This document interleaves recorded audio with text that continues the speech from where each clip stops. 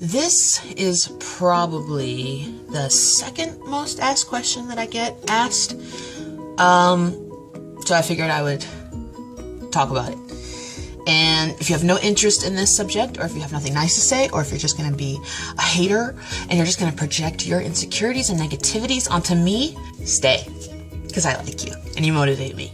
The King of Pop, Michael Jackson. I think I have mentioned him a couple of times, and the fact that I don't want to say that I was like buddy the King of Pop, but I didn't see him, and I still don't see him or any celebrity as any different from us or you or me, if that makes any sense whatsoever.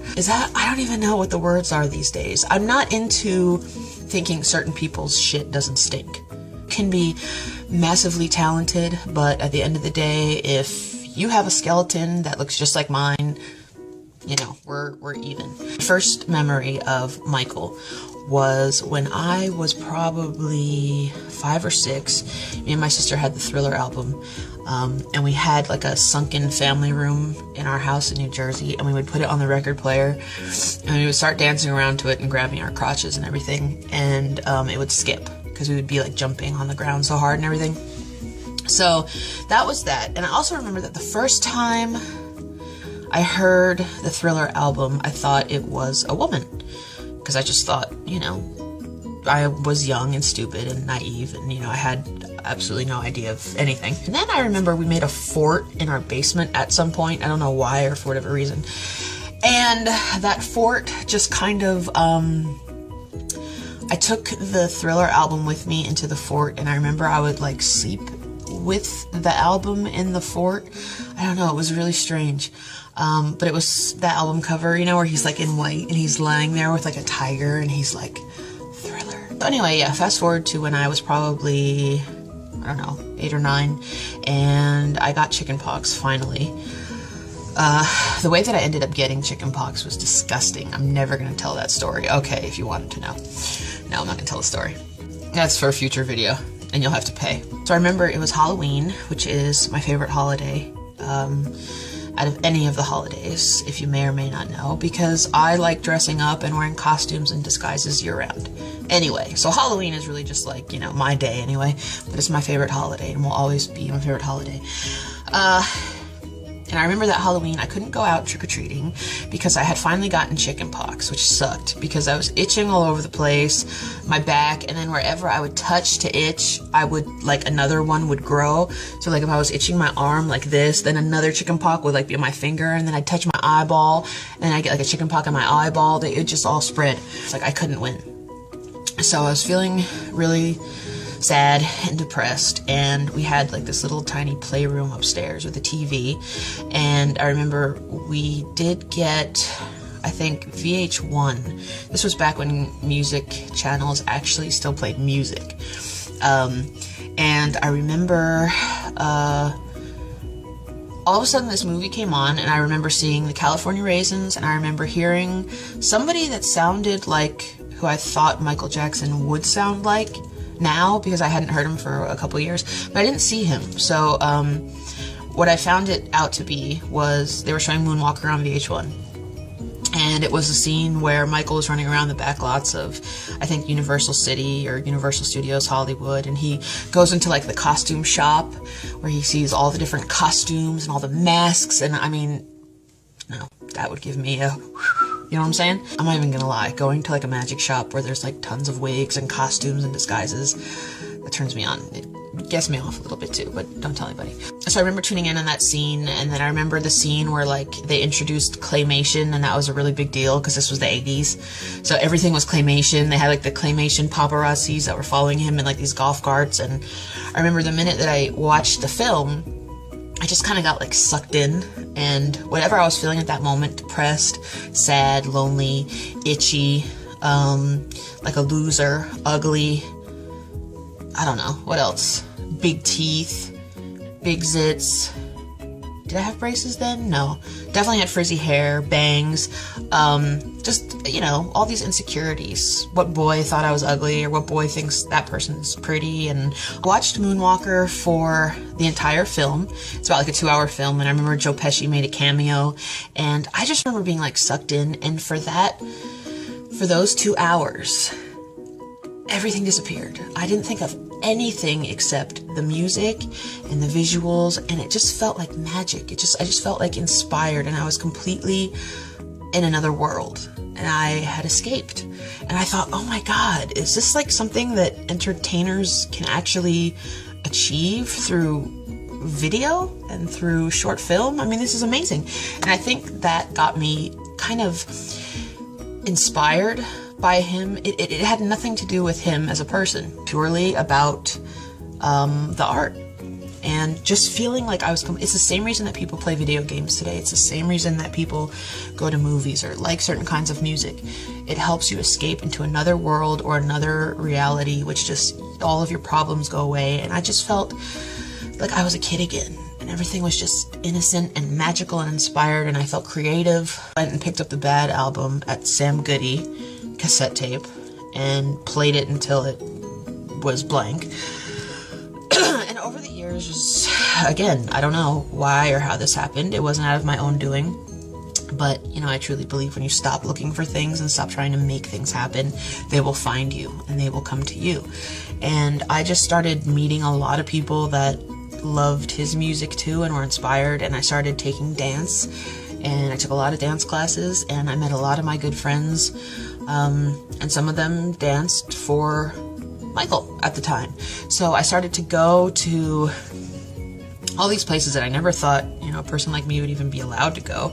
I would go to all of these like rehearsals at Madison Square Garden, and I met him so many times over the years, and I spent time just seeing these like ridiculously candid moments where he's like teaching people how to dance, and he's teaching people the art of creating something, and how he, you know, tries to tell a story and create a message with everything he does. It just kind of evolved from there, and then more and more people that knew me. And then anytime he would be in New York, I remember he had an event at God, this is my memory.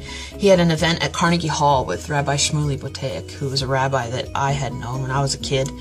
Not Jewish anymore. That was just the family's religion.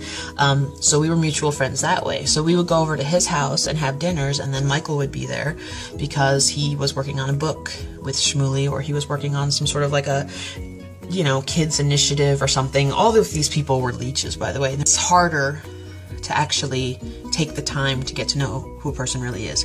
But anyway, as the years developed, I went to Germany to see him in another charity concert because another friend of mine was dancing for him. 9/11, I was there. I know this concert is played on VH1 a lot. It's the Michael Jackson 30th anniversary reunion concert. I was cutting school for a week to see that show. We were there for the rehearsals, and we went out to dinner a couple times, and Michael brought his kids, and we had a lot of things in common. And again, I didn't worship him. I didn't give a damn about his celebrity stature. I honestly could care less. In fact, when those things started happening, I would kind of leave, or I would tell whoever I was with that I'm not comfortable with this and I want to go. We related a lot on how we see the world, how we like to create certain things, how we have gone through certain things, and how that kind of forces you to be in the world in a way that kind of alienates you, but it also can be a real blessing because you can bring a lot of good. And he admired the stuff that I had done with the Canine Rescue Foundation after 9/11, and there's a whole bunch of other things that are none of your business that I'm keeping for myself. But yeah, he was a great guy. And it sucks, unfortunately, but it's not surprising that people tend to canonize somebody and appreciate them for what they wanted to be appreciated for when they were alive once they've died. Because why the fuck does it matter now, you know? I could say a lot more on that. Maybe someday I will, but unfortunately, I think enough people around Michael Jackson have done a pretty good job of selling him out. Or, you know, kind of making books or making, I don't even know what that people have been doing. But it seems like anybody that had some sort of contact with him has made a book or did this tell-all or that tell-all, and I think it's disgusting. I think it's sick. And, you know, I have photographs that I've never had shown the light of day because they're nobody's business. They're something for me and for my memory. But positive things. I love Michael, and I will always love him and admire him as an artist who just helped transport people through entertainment. He was a true entertainer. We don't have any more of those nowadays. You know, and it's missing. I think that, you know, he was what he created, and I think you could feel that, and he could bring out that kind of pathos in his work. Now the artists are so fake, and everything is so engineered and overproduced. I don't even know if it's human beings anymore that sing, or in video games. Everything is just so fake, and it's such a turnoff. So that's why I don't even pay attention to any of it. But I love entertainers. I will always love entertainers, and I will always love people who are great humanitarians and who used whatever notoriety or popularity they had to make a difference for the better. Funny little fact that I could tell you about Michael that probably nobody knows was he was extremely funny. He had a great sense of humor. He was kind of like me in the sense that at the drop of a hat he could have the sense of humor. He's very childlike, not childish, childlike. And he had a very childlike just sense of being in the world, but then the minute he went to entertain, he became this, like, you know, consummate, you know, performer, which on that level I couldn't even imagine. And people, I think, bring up him a lot with me for obvious reasons, most of them superficial, and I think they've been talked about so many times that it's stupid to even bring them up again, because it's like, you know, kicking a dead, stuffed, taxidermied horse. And if you don't know my history with him or people's comparisons with him and I, go look back at some of my videos. I'm sure that I talk about it at some point. It's exhausting. I'm done. This is the one tabloidy-ish question that I got asked about Michael Jackson a lot. And again, I'm by no means an expert, or, you know, I did spend some time with him, and he was a great guy. And again, I didn't see him as a celebrity, because he went to the bathroom and he pooped and he peed like the rest of us. Yeah, I went there. The one question that I get asked a lot, probably by his fans, is whether or not I think Michael is actually dead. Or whether or not, you know, he committed pseudocide, which, if you don't know what that is, it's a relatively new term, which even I was unfamiliar with. I believe it's pseudocide, and I believe what that means is it's faking your own death to begin a new life, or it's sort of like, you know, basically changing your identity by pretending to kill yourself. And I really avoided this, but if this is what you guys want to know, I wasn't at the memorial that happened at the Staples Center, but I was at the funeral that happened at Forest Lawn, which was kind of, it was documented and it was filmed and it was put on TV, and it was not my taste, but I didn't have a choice in the matter. Again, a very close friend of mine who had danced with him for several years invited me and extended the ticket, and quite frankly, it didn't sink in. I still don't think it's sunk in really. So I said sure, and I went to the funeral. So I flew to California. Do I think that Michael Jackson is still alive? Or do I know if he is still alive? Why or why not? Michael Jackson is not alive, at least in physical form. On June 25th, 2009, he did die. I'm not even going to get into religion or what certain people believe. All I know is that there was a casket and there was a body in the casket, and it looked a lot like the person that I had seen over the years. There was a wake as well at Forest Lawn, which, thank God, the disgusting press and vultures and media never got a handle of, or a hand on. But yeah, unfortunately, he did pass away. He is not here. Spiritually speaking, energy-wise, yeah, he's everywhere, because his music is everywhere and his entertainment is everywhere. And again, I said people are appreciating him for his talent now, as opposed to all the other stuff, which is fucking ridiculous that he had to die in order for people to, you know, wake the fuck up. Michael was cleared of anything he was ever accused of. That's it. There's people that are found innocent and guilty in this country all the time. Drop it. It's over. He gave the world incredible music for years to come. No, Michael is not like somewhere in, you know, Saudi Arabia living under a new identity. Unfortunately, he is not here. I do understand why that rumor persists, and I don't think it's any different from, you know, like Elvis or people that, you know, get involved in these conspiracy things. It's because we never want to think that, and I can say this because I was in 9/11, so I understand the psychology of this whole thing. And this isn't a judgment, this is just how I kind of, you know, break it down. Anytime that you have any kind of like a loss of a certain magnitude, anytime you lose something that has impacted you or has impacted us as a world, or as a culture in a global way, anytime they become mortal or human, the simplest reason, meaning they're human, they're mortal, they get sick, they die, it can't be so. So I think we have the need to kind of create something just as large as their life was and as large as the impact that they had on us and the world.